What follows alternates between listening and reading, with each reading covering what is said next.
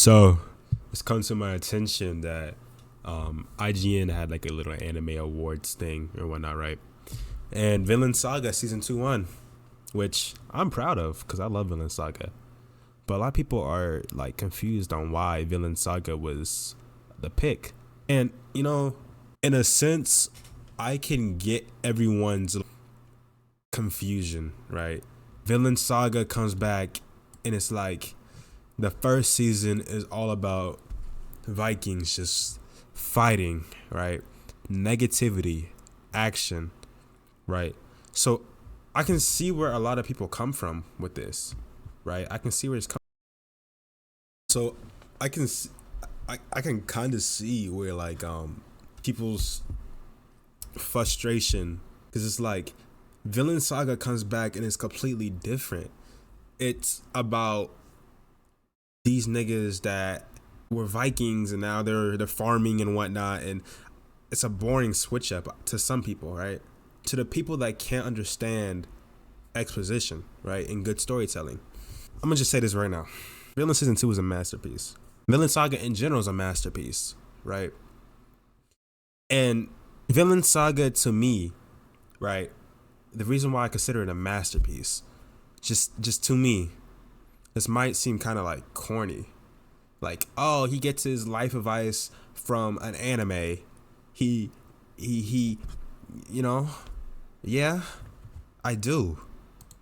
Just for the fact that, bro, I completely feel like a different man from like reading Villain Saga until before I read it, right?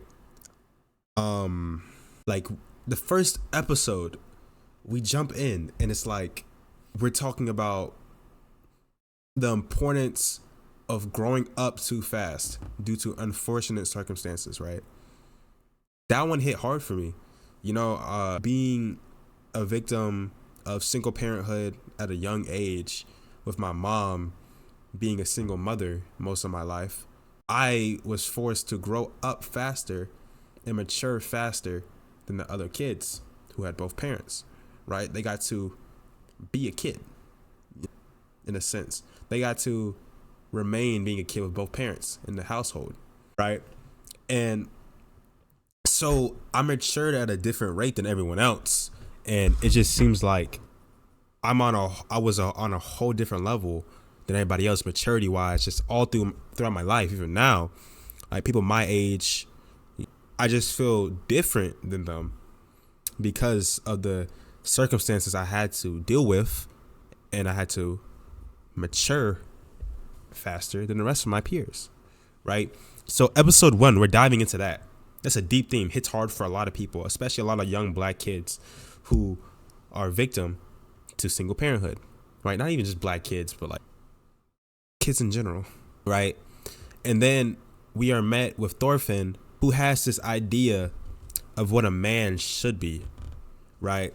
We have this little kid who all his life have seen the heroes of his village, the heroes of the world. They're all Vikings, they're all brutes, they all mindlessly fight. That's all the kid sees. So he thinks this is how a man is supposed to be. And I can relate that to how society is right now, right? We have access to social media, especially at a young age. These kids have cell phones at 7, 10 years old, right? And they're seeing these things on social media, right? We have the red pill movement that, Andrew Tate, they think that a man's supposed to act like that, misogynist, just hyper masculine, right? And then we have the other hyper masculine identities, like these rappers, right, who think being hard, being a street nigga, that's like the cool thing to do, right? I'm gonna say this. In reality, manhood and being a man, right? To me, being a true man is a man who can successfully combine his feminine and masculine energy into one and create harmony, right? I think a true man is a man who, yes, of course, men are supposed to provide, right? Men are supposed to provide, if you have the means to provide, the goal of the man is to provide, right? Which I don't understand. A lot of these men think women supposed to chase them. Fucking, they bash women for wanting to. They bash women for wanting to submit to a man, right? Matter of fact, the red pill movement makes no sense. They want these women to submit to them, right? But they don't give anything to submit to, right? I feel as though if you want to be a traditional man in a sense, right, and you want to work and have your wife take care of the kids and whatnot, that's completely fine. That's if you're ready for the work that takes, the leadership, right? And so men want women to submit to them while not being a real man themselves, right? Insecurities, right? These ideals of just negativity going through their head 24/7, what they see, what they promote, their brand on social media, their brand in person, who they are as a person. It's just all negative, low vibrational energy, right? And that is perfectly illustrated in the world of Vinland Saga. And I would say Vinland Saga does an amazing job penetrating this, right?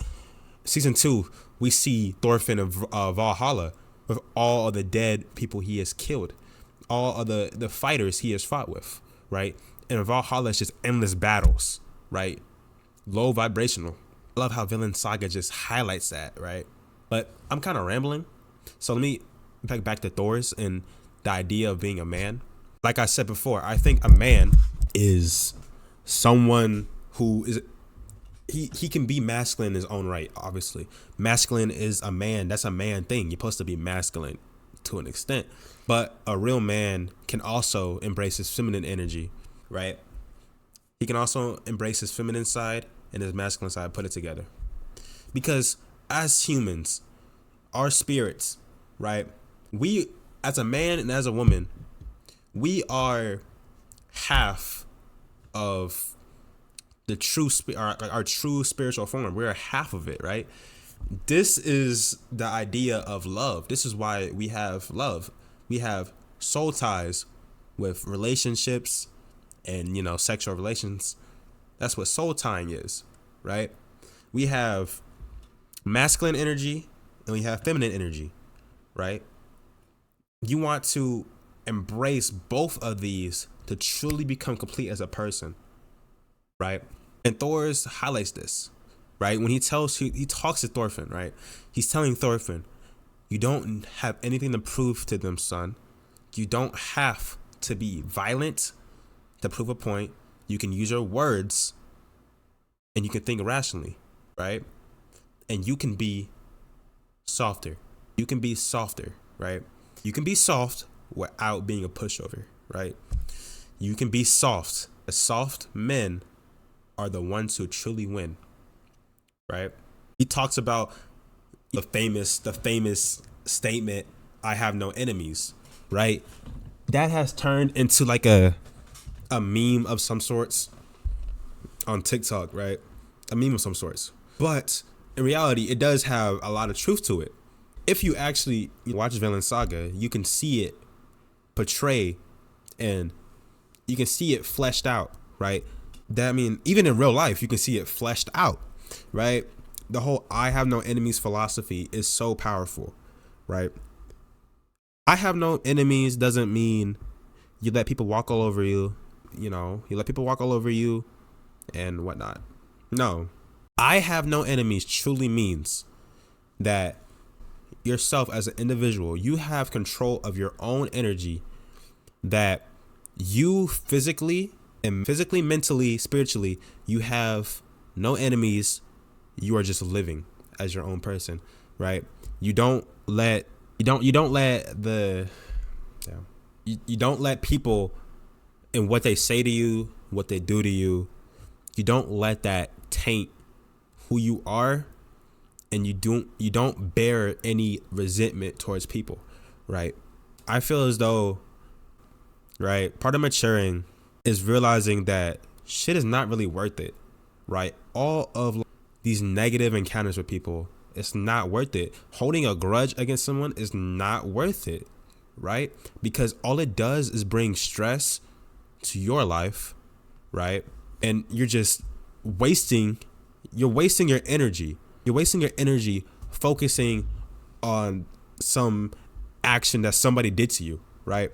So part of maturing is to learn to let go, right? You have to learn to let go, to learn how to forgive, right? Learn to forgive people, learn to let go.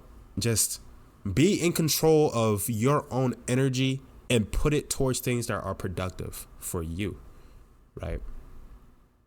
They also capture what it means, what true love is, right? True love.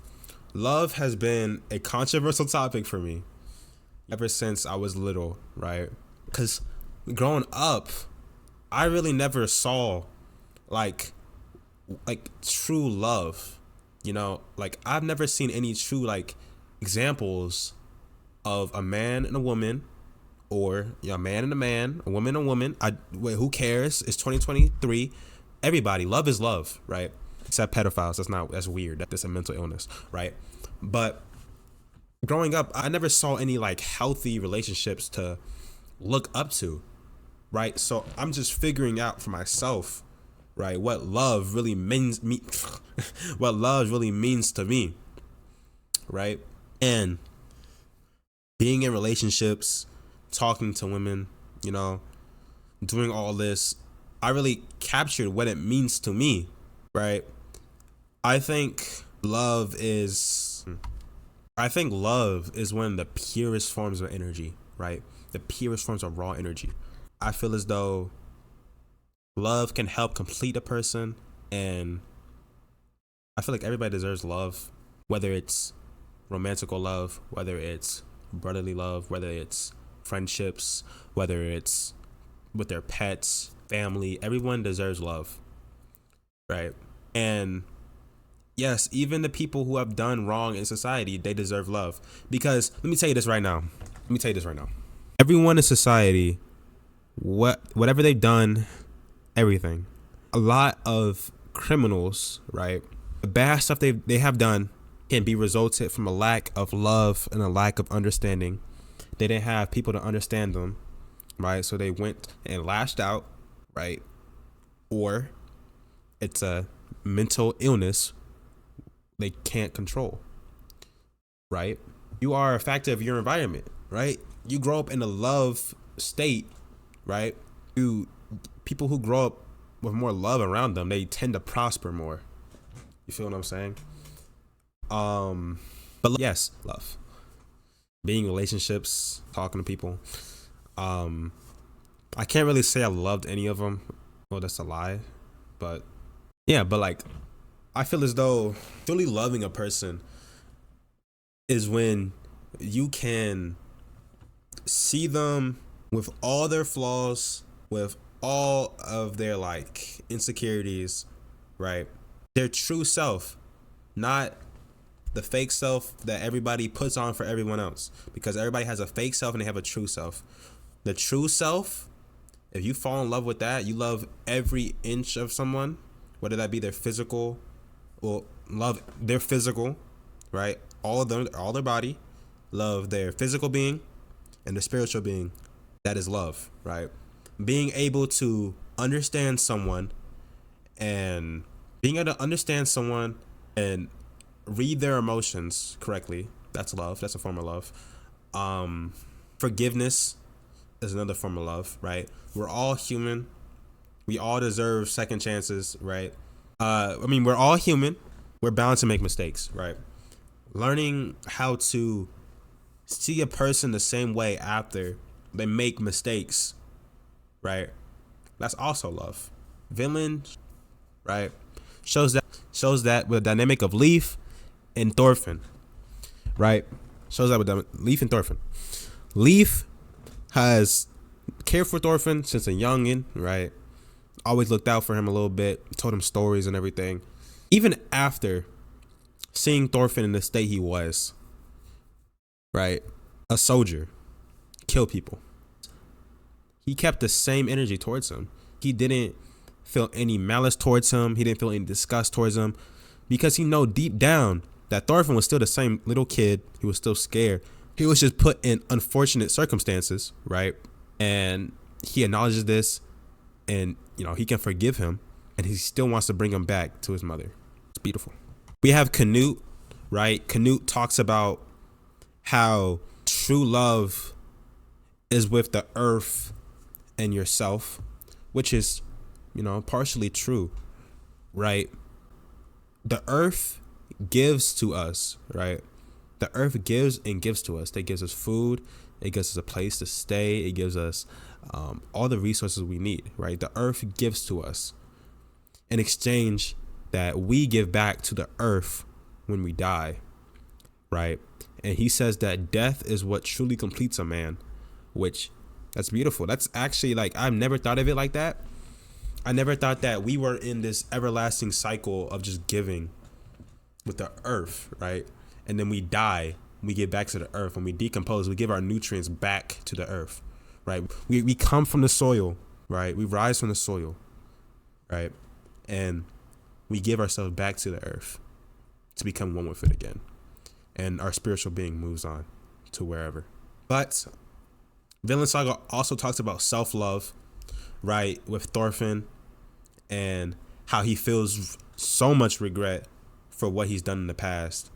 And he met tons of different people that helped him on his journey and made him remember that it's okay to make mistakes, right? But it's not okay to not learn from them, right? It's not okay to not learn from your mistakes, which I really get, because like I said before, we're all human. We're all going to make mistakes. The fact that you made the mistake isn't the most important part. The most important part is, did you learn from that mistake? And learning from that mistake, did that make you a better human, right? That's the real question you should be asking. We see Thorfinn in the farm arc. He's all depressed, right? Because he felt as though his only sense of purpose in life was revenge after his father died, right? And once he didn't get revenge and a person that he wanted to kill dies in front of him, he just feels like an empty shell, right? An empty shell. And he feels like nothing good has come for him in his life. Nothing as good has came for him in his life, right? Nothing good has come from being alive, in a sense, right? So he just feels like his life is meaningless until he meets this old man on the beach, and he tells him that it's okay to be empty, because empty things just means that you can fill it with anything, right? And that really spoke to me, because if you ever been in a depressive episode, right, and you feel a sense of emptiness, right, that is actually an opportunity for you as a person to grow, right, and become a more positive person, right? Positive mindsets. Anything can grow inside of you, whether that's turning to religion, right? Because a lot of good has come from religion, right? A lot of people have left depressive episodes, going to church, being in a community of people. They feel like people love them and respect them, right? Or just getting in touch with your spiritual being, right? You acknowledge that you are a sentient spiritual being, and you have to put more value in yourself, and you acknowledge how complex you are, and you acknowledge your flaws, and you want to move past it, right? That is what comes from being empty. You can fill it up with anything. You can even relate this to heartbreak, right? And as someone who's experienced heartbreak myself, I will tell you that it's not easy at all, right? I would say that heartbreak, especially for the first time, right? Heartbreak really changes a man, right? When you first get heartbroken, stages of grief are real, right? They're not necessarily in the same order at all, right? But when you first get heartbroken, right, you try to distract yourself with anything you can to avoid the issue, right? Oh yeah, I want to go outside. let's go here, let's go here. Or people distract themselves from talking, like by talking to other people, right? They try to move on fast and they don't try to address themselves. And they never, like, I will tell you that the proper way to deal with heartbreak, in my experience, is you stop finding things to distract you and you sit in silence, right? And you think, you cry. It's okay to cry, especially if you're a man. It's okay to cry. So you can show emotion. It's sad. It's a sad experience, right? You sit down, you think about your actions, right? You cry. You acknowledge that things don't go as planned. Things happen. People change, right? And I'm not going to say that that's going to fix it at all, right? Because, or it's going to help you move on. Because honestly speaking, you truly never, you move on, but you don't move on at the same time. You feel me? You're in a position where you can live without them day to day, but you know, you still think about what if, you still think about the good they done for you, right?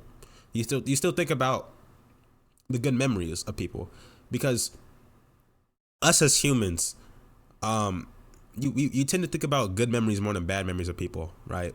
That's the reason why girls keep going back to toxic men that obviously hurt them, right? Because they think about the good inside of them, right? That's like, you know, you try to find the good in any situation to basically not really gaslight yourself, but like make it seem like a more rational response of going back, right? Or, you know, having fond memories, right? Like I said before, you can't move on in a sense, but yeah, you can't move on in a sense, but it's like you do. I don't know if that makes sense, but if you understand what I mean, you understand what I mean, right? After, like, yeah, for me, I started being alone more. I started to care about my spiritual being more. I've actually just sat in silence for a long time and just thought and being my thought and just, you know, be in my thoughts, address the situation, and not beat myself up about it, because everything happens for a reason. You've heard this a lot of times. Everything happens for a reason, and there's hella truth to it, right? Everything's either a lesson. Everything's a lesson, to be honest, right? You learn shit from your experience as a person, and a lot of people they wish they could get rid of all their bad experiences in life, right? Which, think about it. If you really got rid of all the bad experiences of your life, right, you wouldn't be the person you are today, right?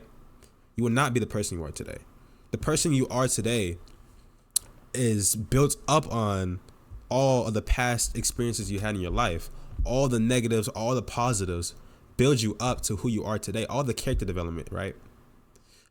So you need to embrace the bad and the good inside of you, right?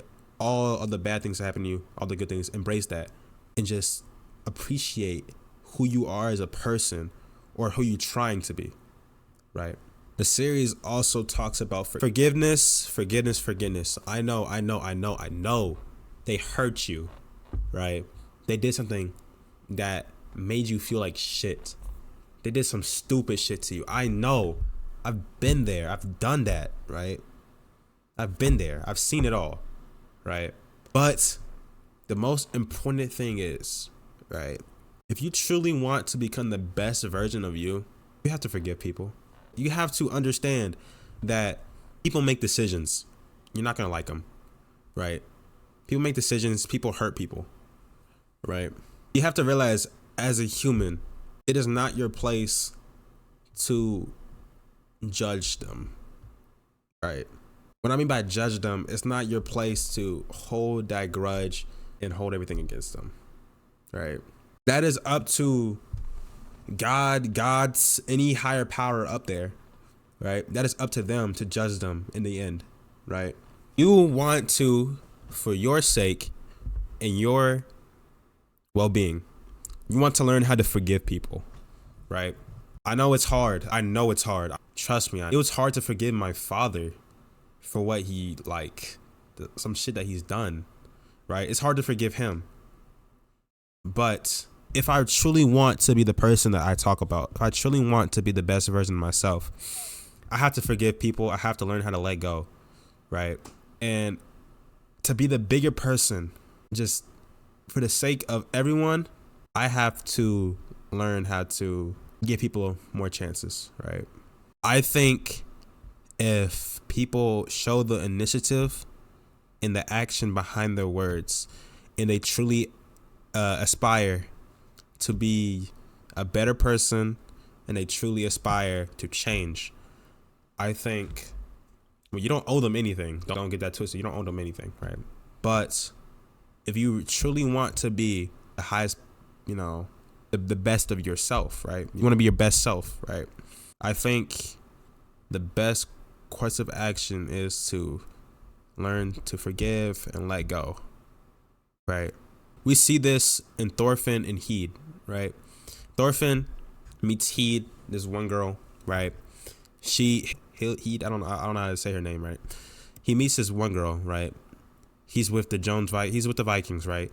They infiltrate her village and they infiltrate her house and they kill her family, but the Vikings kill all of them, right?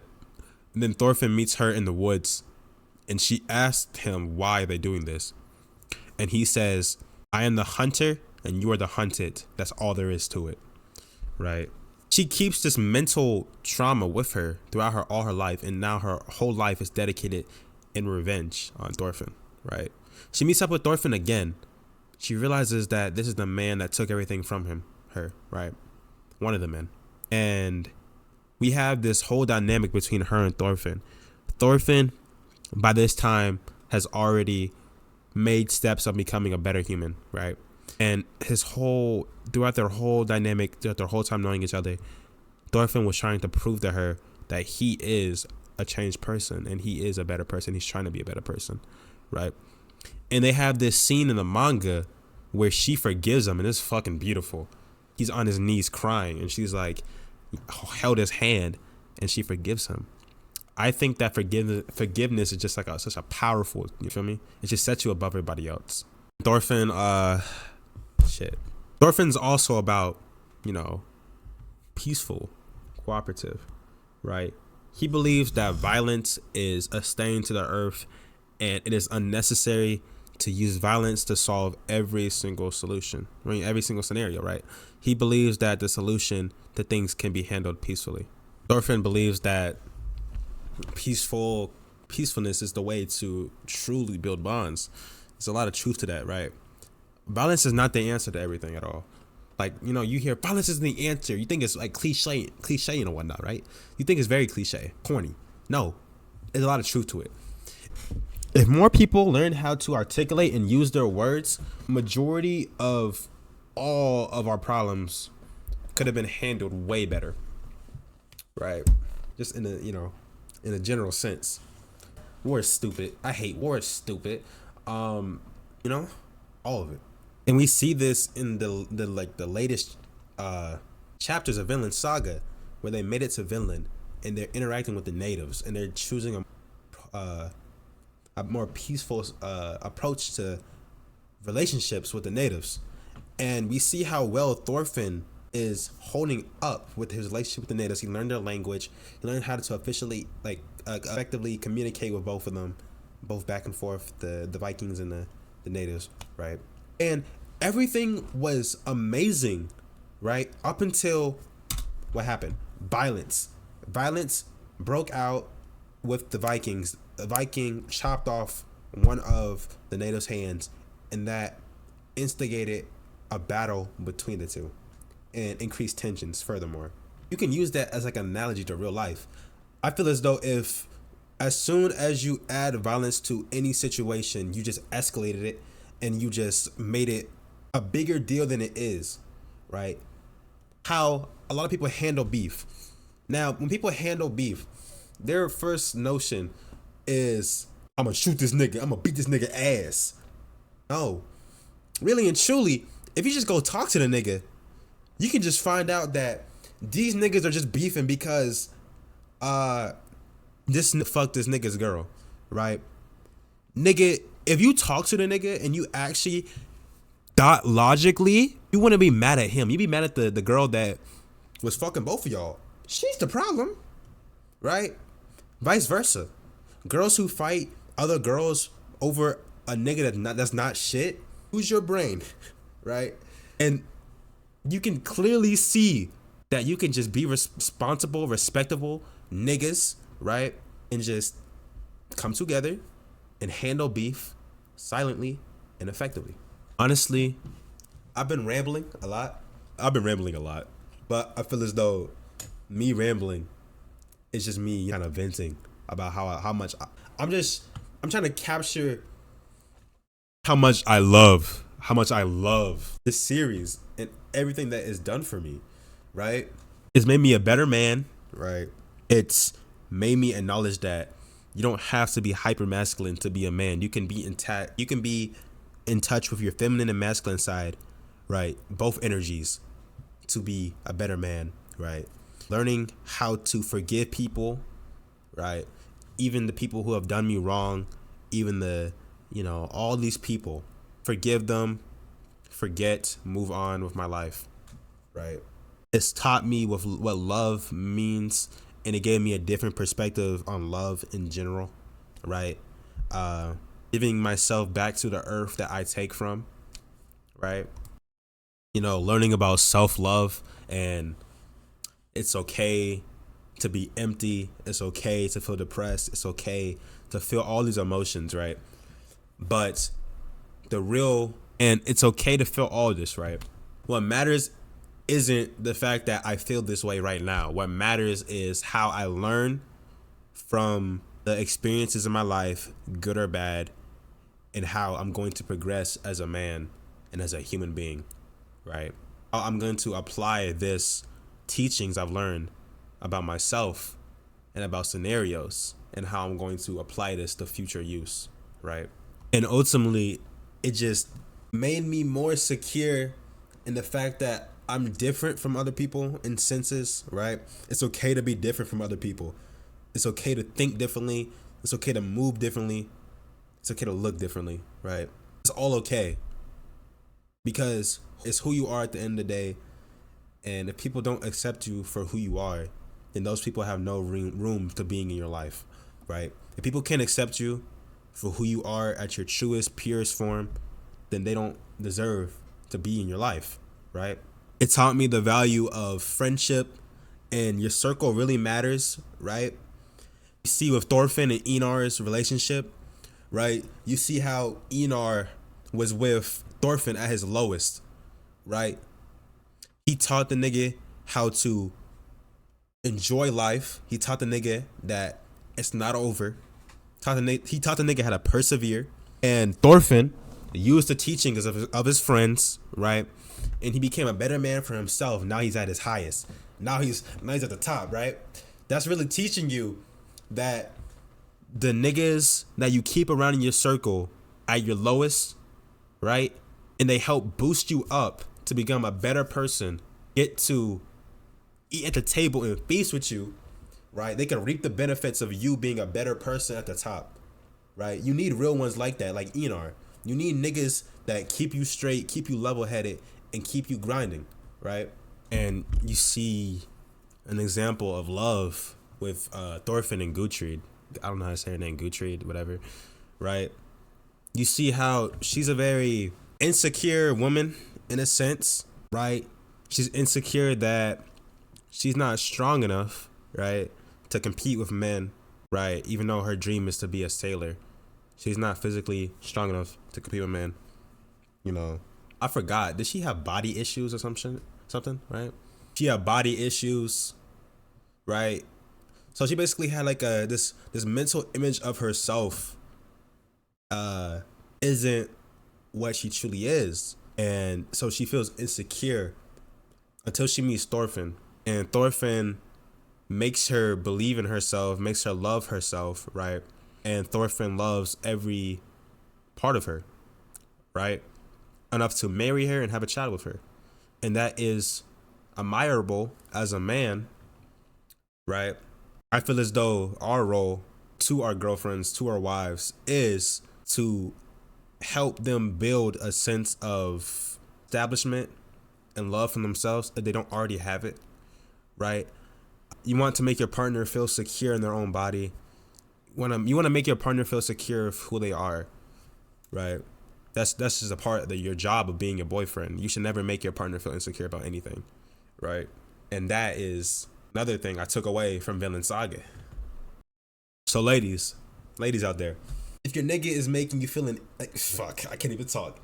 If your nigga is making you feel insecure about anything about you, right? And he doesn't support you, he doesn't do anything, you know. If you feel insecure in your relationship, right? The nigga's not doing his job, get rid of that nigga. That nigga's a bum, that nigga's a dusty, get rid of that nigga. I'm sorry to tell you. Same men too. If your girlfriend isn't hyping, if she is not your biggest hype man, why is she here? You feel me? If she's not gonna support your grind, if she's not gonna support what you do, if she's not gonna support your character, that is not a partner, right? Look for a partner and not just a girlfriend. Look for a partner, not just a boyfriend, right? Look for something that you think that you can establish something with, right? You know, that would be my advice, coming from Vinland Saga, coming from real life experiences, coming from everything. You feel me? So I think I've done enough talking. I've been talking for over 40 minutes, just straight talking about my feelings about this. All I can really say is, please, for the love of God, please read Vinland Saga. Please. It's gonna elevate your way of thinking. It's gonna elevate everything, right? Your media literacy. If you can understand Vinland Saga, and if you can truly understand the peakness, you're gonna love it, right? If you stop shutting off your brain whenever you watch shows, and stop, like, because a lot of people shut off their brains to watch shows because it's like just mindless shit, right? Like, okay, I guess it's cool shit, right? But if you keep your brain turned on and you actually get the messages this show is telling you, it's amazing, it's revolutionary, it's life-changing, right? But really and truly, that's all I gotta say to y'all, man. Look, you could tell I love this series from the bottom of my heart. I love this series for what it's done to me, what it does to other people. I have to give a shout out to the author. Niggas in his bag the whole time. He has action scenes mixed in with emotional moments and life lessons. The perfect mix, honestly. It would be my favorite anime if One Piece didn't exist. But it's One Piece. One Piece to me is just One Piece. Peak dopamine, peak entertainment, right? But yeah, I hope you took something from this video, right? I know I've been yapping, right? But I hope you took something from the video. And I hope, if you haven't read Vinland Saga, I hope I inspired you to read it, right? But that's all I really got to say to y'all, man. You know, as always, thank you for watching, especially if you watched all of it. That is a different level of commitment, right? Especially if you watch all of it. But yeah, thank you for watching, man. Follow my Instagram, follow my TikTok in the bio and in my description, right? And all I really got for you, man. It's my first video really just ranting to the camera. It feels good, honestly. But you know, peace out, gangy.